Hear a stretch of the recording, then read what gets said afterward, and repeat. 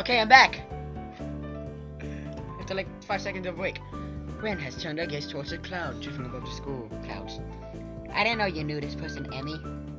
That. The awkward silence that's only food. Emmy let out a tiny giggle, shrugging the coincidence off.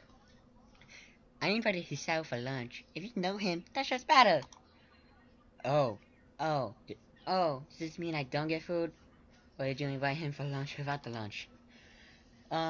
Neither. I have food for 3. Nice thinking. They walked to the other end of the roof. I gotta take a breath. Well, stay at the clock tower for a while, taking in the atmosphere. There's nobody else but us here. I guess the roof is not as popular as it is in other schools. A few rundown benches and tables are scattered around the edges, perhaps in an attempt to make the rooftop look less desolate. Small pebbles covering the roof rattle before me for feet. Peek through the chain-link fence to take a look at the school grounds and beyond. Students are strolling in pairs and groups around the quadrangle and at the cafeteria. Ooh, math word. Few delivery trucks are driving past the school towards the convenience store nearby. Somewhere, a watchdog barks at a passerby. Somehow, I look towards the town center. A small town feel strikes me strongly, almost palpably. The hectic lifestyle of a big metropolis seems so far away and foreign here. Nobody has to run to catch a bus like their life depends on it, or get their senses overloaded by the neon lights and traffic jams. I feel surprisingly optimistic about this new life of mine, looking at my new hometown, even if it's gonna be mine for only 1 short year. You can just move here. Finding out about my illness, having to move away from home, all came so suddenly. I haven't had time to think how I think about it. When I step out of the shadow of the clock tower, tree open, I feel warmth touching my back. The sun shines from a perfectly clear Cerulean sky. Cool breeze sweeping over the rooftops makes me shiver, but only briefly. The wind carries the scent of trees and flowers, not smog and car exhaust I get used to just a few weeks ago. Emmy settles on a bench with Rain in tow and produces one big and 2 small lunches from her bag. Come, Hisao, what are you waiting for? She is beckoning me to join her, making room in the already small bench. Whoa! I seat myself on the corner of the bench to take as little space as possible. It's pretty cramped, but somehow all 3 of us fit on it. Wouldn't it be hard for her to, like, sit down and keep her balance because she has no arm? Impressive view. Emmy suppresses a giggle and places the lunchbox in front of Rin and hands another lunchbox to me. I feel like Rin's voice would be like somewhat like female-ish, male-ish, a little bit. Here you go, lunch is promised. Why did I do that? Homemade, no less. I'm impressed. Wow, this looks really good. Thanks, I make them myself when I can. Taking a few bites, I glance up and notice Rin deftly opening the lunchbox and popping a fork full of food into her mouth, only using her feet. Even though I've seen it before, I can't help but be impressed with her dexterity. How's the amount of the sort of place I'm in right now? Would I ever get used to sights such as this? Can't decide getting used to such a thing would be a good thing or a bad thing either. Does getting used to the space mean I'm gonna give up on being a normal person, or does it just mean that I'm becoming more understanding about those around me? I'm distracted from my thoughts by the sight of Emmy tearing into her lunch as if it insulted her ancestors. She's pretty hungry. Emmy looks up, mouth half full, and swallows before nodding. My morning run always works up an appetite, which is great because I burn through lunch pretty quick. Help me keep my girlish figure. What would happen if you what would happen if you lose it? Would you become a man? I couldn't say that without a straight face. I very nearly choked on my lunch trying not to laugh. Me too, Hisao. It's a figure of speech. Does the figure have to run in the mornings too? She's laughing. Do you always talk like this? Talk like what? Like what? I think that answers my question. Never mind. So, trying to think of a small task. And so on the opposite question. How'd you two meet? Rin seems content to let Amy answer this question. Someone in the housing department thought that we'd complement each other well, so we were assigned rooms next to one another. Complement each other. Like shoes in a suit. Huh? Amy giggles in my confusion. Put us together and we got all our limbs, right? And extra. Actually, no, wait. You'd both know. You'd have an extra head. Well, yeah, you would get her arms, and then you would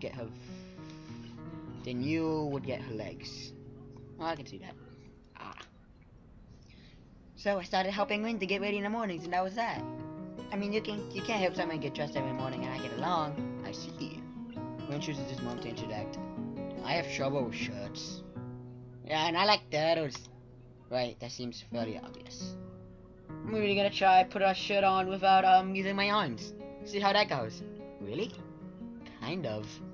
It isn't helping, but at least Emmy seems to find the whole thing funny. That combined with the fact that Ren is genuine curiosity makes me feel slightly better and yet confused. I mean, you've got no arms, so putting on a shirt seems like one of those things that would be difficult. You know what? I'm just going to stop talking. I'm just going to stop talking now. It'll save me a lot of trouble in the long run.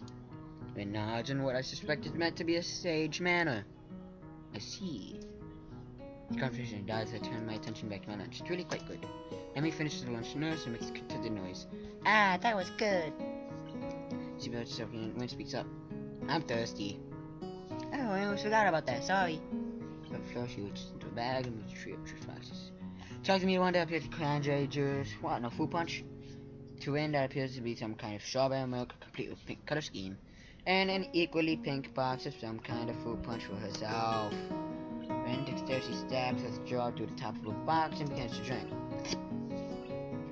I'm once again playing how flexible I'm coming You guys read, you can read this yourself. For now.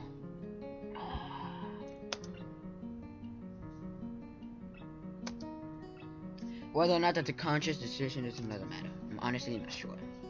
So Hisao, how'd you like it up here? Huh? It's quite nice actually. I like high places for the view. Thanks for inviting me up here. And for lunch too. Amy grins 1,000-watt grin, pleased by my response to words. Science! What? I guess science and history, James Watt. No problem. Feel free to eat with us next time too, okay? I won't make you lunch, but you can bring your own up here. No lunch service? I don't know. Amy looks mock offended. Try to take advantage of my good nature? The nerve! Well, if that's your answer, I guess Ren and I just keep eating lunch all alone. I am suddenly assaulted by the most heart-rending puppy dog eyes I've ever seen as Emmy pouts. Gosh dang it, why? Why do you do this, woman? Kidding! I was kidding! No, I wasn't. Free food. I learned to eat lunch up here again. And why did my Wi-Fi die? Like, again. Good location, and the company's okay too. Emmy finds a bit at my declaration of okay, but seems happy enough that I've accepted her invitation. I guess it makes us friends now. Or at least acquaintances. Don't bell rings, signaling and return downstairs. Ren, you didn't finish your lunch again. I wasn't that hungry. If you don't eat more, you're going to fade away. Ren shrugs as if this is an acceptable risk. Come on, we better get going. Three of us head downstairs together. The afternoon class passes. Once again, I found myself without a plan for something to do after school. So I head to the library to return a couple of books I finished reading. I'd probably do that too.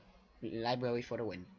Walking side to side by as many students here as there were on Tuesday, all the more evident for the almost total silence enveloping the room. Wow! As I dropped the books I'd borrowed to the return slot in the counter, Yuko suddenly popped up from behind it. Quite started from the banging they make as they hit the trolley next door. Ah, sorry, Yuko. Didn't mean to startle you. No, it's fine. That's fine, it happens a lot. I'm used to it by now. Can I help you? It's okay, I think I know where everything is. Thanks anyway. I suppose I'll grab another book or two while I'm here. There's not much else to do after reading so much during my stay in the hospital. It's become a hard habit to break. Do. Truest words have never been spoken. I wandered down to the fiction section towards the back of the library, scanning the bookshelves for anything that catches my eye. As I do, I look over to the counter where Hanako had been the last time. That's not really expecting anything to come of it. Surprisingly though, she's there! I was completely absorbed in a fairly thick book. Yeah, when I get a book, they're pretty long. I started against intruding on her like last time I get back to finding reading material. No, intrude. No, just kidding. After an indiscernible amount of time perusing guys, I finally found a couple books against the shelf. First, I quickly walk over to the counter, check out my books, and pop them into my bag as I walk out. By the time I leave the main building, sunset isn't too far away. Small trickles to the main, but the majority have left, presumably to their homes and dorms. I guess I need to buy some supplies. I can't live off cafeteria food and eating out of my entire stay here. As I leave for the gate, I make a few loud stretches to try and stay while the Chinese accumulated over the week. And oh god, I'm gonna end it right here, folks.